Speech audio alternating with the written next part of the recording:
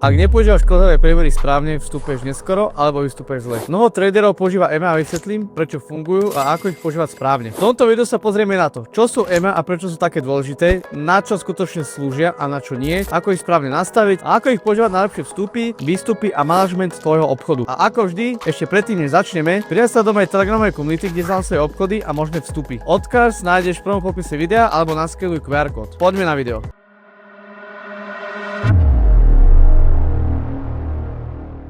EMA sú exponenciálne klzavé priemery. Jednoducho povedané, sú to línie, ktoré sledujú cenu a ukazujú smer a silu trendu. Kľúčový rozdiel oproti klasickej SMA, EMA dáva väčšiu váhu poslednej cene, preto reaguje rýchlejšie na pohyby trhu. Vďaka tomu sú EMA omnoho užitočnejšie pre trading, hlavne v kryptomenách. Na čo EMA slúžia? EMA majú tri hlavné využitia. Za prvé, identifikácia trendu. Cena nad EMA rovná sa bičí bias. Cena pod EMA je medvedí bias. Za druhé, dynamické zóny supportu a rezistencie. V silných trendoch cena často rešpektuje EMA, mnohé pullbacky končia práve na týchto úrovniach. Za tretie, timing vstupov a výstupov. EMA ti nepovie nakup presne tu. Pomáhajú ti obchodovať s trendom, nie proti nemu. Otvorili sme si graf a poďme sa pozrieť na to, ako prijať tento indikátor do vášho TradingView.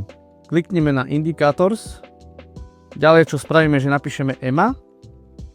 A odporúčam vám tento indikátor, kde máte 4 EMI v jednom indikátori, keďže keby ste to nastavovali cez Moving Average Exponential, tak by ste museli mať 4 rôzne indikátory.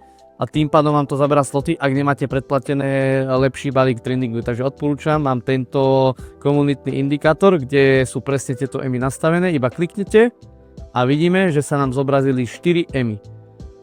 EMA 20 je červená, EMA 50 je oranžová, EMA 100 je táto bledomodrá a EMA 200, tá najhlavnejšia, je tmavomodrá. Samozrejme, viete si to nastaviť podľa vášho gusta. Farby aj hrúbku čiary nechám na vás. Nastavte si to tak, aby ste tomu rozumeli, ktorá čiara je ktorá. A poďme sa na to pozrieť ďalej. Tieto EMA pokrývajú krátkodobý pohyb, strednodobý trend, silnú trendovú zónu, makroštruktúru trhu. Čo znamená každá EMA? EMA 20, veľmi rýchla a citlivá. Ideálna na momentum a agresívne vstupy, najlepšie funguje v silných trendoch. EMA 50, hlavný trend daného timeframe, veľmi často používam na profesionálnymi a inštitucionálnymi tradermi. Skvelé pre čisté pullbacky. EMA 100, stred medzi EMA 50 a EMA 200. Často funguje ako silná dynamická SR zóna. Užitočná hlavne na vyšších timeframoch, pomáha filtrovať falošné pohyby. EMA 200, najdôležitejšia EMA, určuje makrobias trhu. Cena nad EMA 200 rovná sa bičí trh, cena pod EMA 200 máme medvedí trh. Mnohé fondy otvárajú longy iba nad EMA 200. Ako používam EMA v tradingu? Jednoduché pravidlo. Cena nad EMA 50, 100 a 200 hľadám len longy. Cena pod EMA 50, 100 a 200 hľadám len shorty.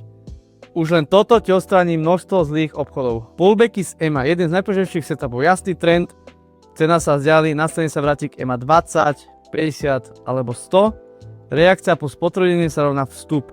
Nenakúpeš breakout, čakáš na návrat ceny. EMA 20 prekryží EMA 50 smerom nadol, možná zmena na bearish trend, čo môžeme vidieť tu. Ak by to bol opačne, tak by to mohol byť začiatok niečoho bullish. Možný príklad pri EMA 200, čo je táto modrá čiara. Boli sme vidieť, že Bitcoin nám držal nad všetkými EMA, ale čo sa stalo? Postupne sa nám prepadal. Tuto sme prerazili EMA 200. Prepadli sme sa ďalej. A čo sa stalo následovne? Cena sa chcela vrátiť nad EMA 200, ale čo sa stalo je, že rešpektovala tú EMU a ani sa k nej nedostala a trh klesal ďalej. Toto sa dajú robiť trady, napríklad, že hľadáme vstupy tesne pod EMA 200 a výstupy jemne nad EMA 200 a take profity kľudne veľmi hlboko môžete dávať. Čiže tuto bol možný setup podľa EMA 200. Kľudne vstupy ste mohli mať niekde na tejto úrovni, na bielej čiare. Stop lossy by ste dávali nad EMA 200 na tejto úrovni. Tento vík môžeme ignorovať, ale take profity by sme kľudne mohli dať na najbližší support, čiže zelená. Zoberieme si short position, plus minus. Aj s EMO 200, aj s EMami viete mať zaujímavé risk reward ratio.